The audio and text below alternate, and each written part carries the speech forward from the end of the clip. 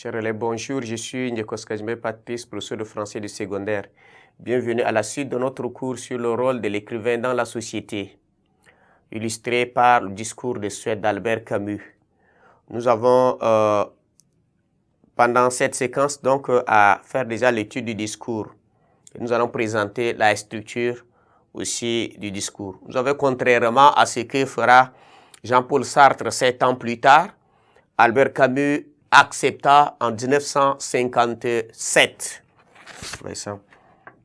1957, le prix Nobel de littérature qui lui fut décerné et il se conforma au rite solennel de cette attribution.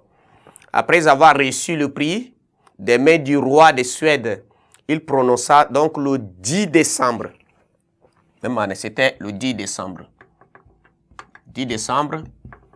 À l'hôtel de ville de Stockholm, en guise de remerciement, un discours sur le rôle de l'écrivain.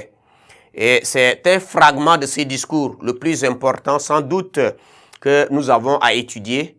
Et il pose ici le problème du rôle de l'écrivain dans la société.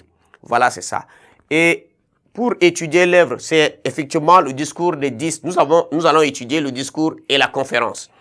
Le 10 décembre 1957, donc il va donc prononcer un discours et le 14 décembre, il va aussi faire une conférence avec les étudiants qu'on va aussi étudier. Et donc le texte ici est divisé en 3 parties. Nous avons 3 parties. La première partie ici parle donc de rapport.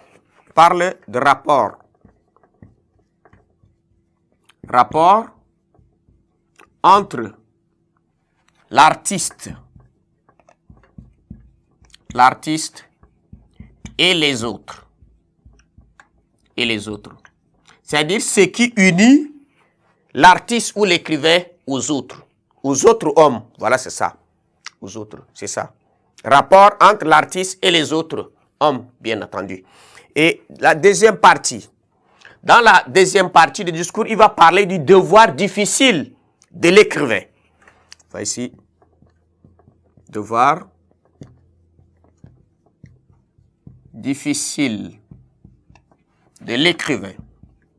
Ou soit de l'artiste, comme on dit. De l'artiste. Voilà, c'est ça. Devoir difficile.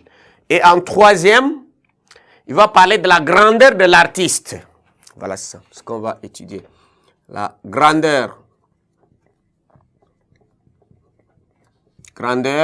de l'artiste. Voilà, c'est ça, structurer le discours. Dans la première partie, il va parler de ce qui unit l'artiste ou l'écrivain aux autres hommes. Parce que nous avons quelque chose que nous partageons de commun. Et pour répondre, pour se voir beaucoup plus unis, il y a des choses que nous devons partager ensemble. Et qu'est-ce que l'artiste partage avec les autres hommes? Nous sommes unis. Nous sommes liés par la même condition. Et donc, ce qui fait mal à l'autre te fait aussi mal.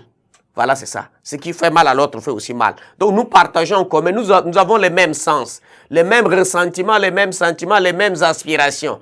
Et donc, il faut voir ici, Camus va nous montrer qu'est-ce qui va unir l'écrivain ou l'artiste aux autres hommes. Et Montaigne va dire, chaque personne porte en lui la forme entière de l'humaine condition.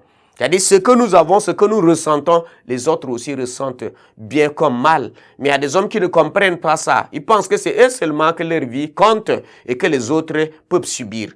Dans la deuxième partie, il va parler des devoirs difficiles comme nous avons dit.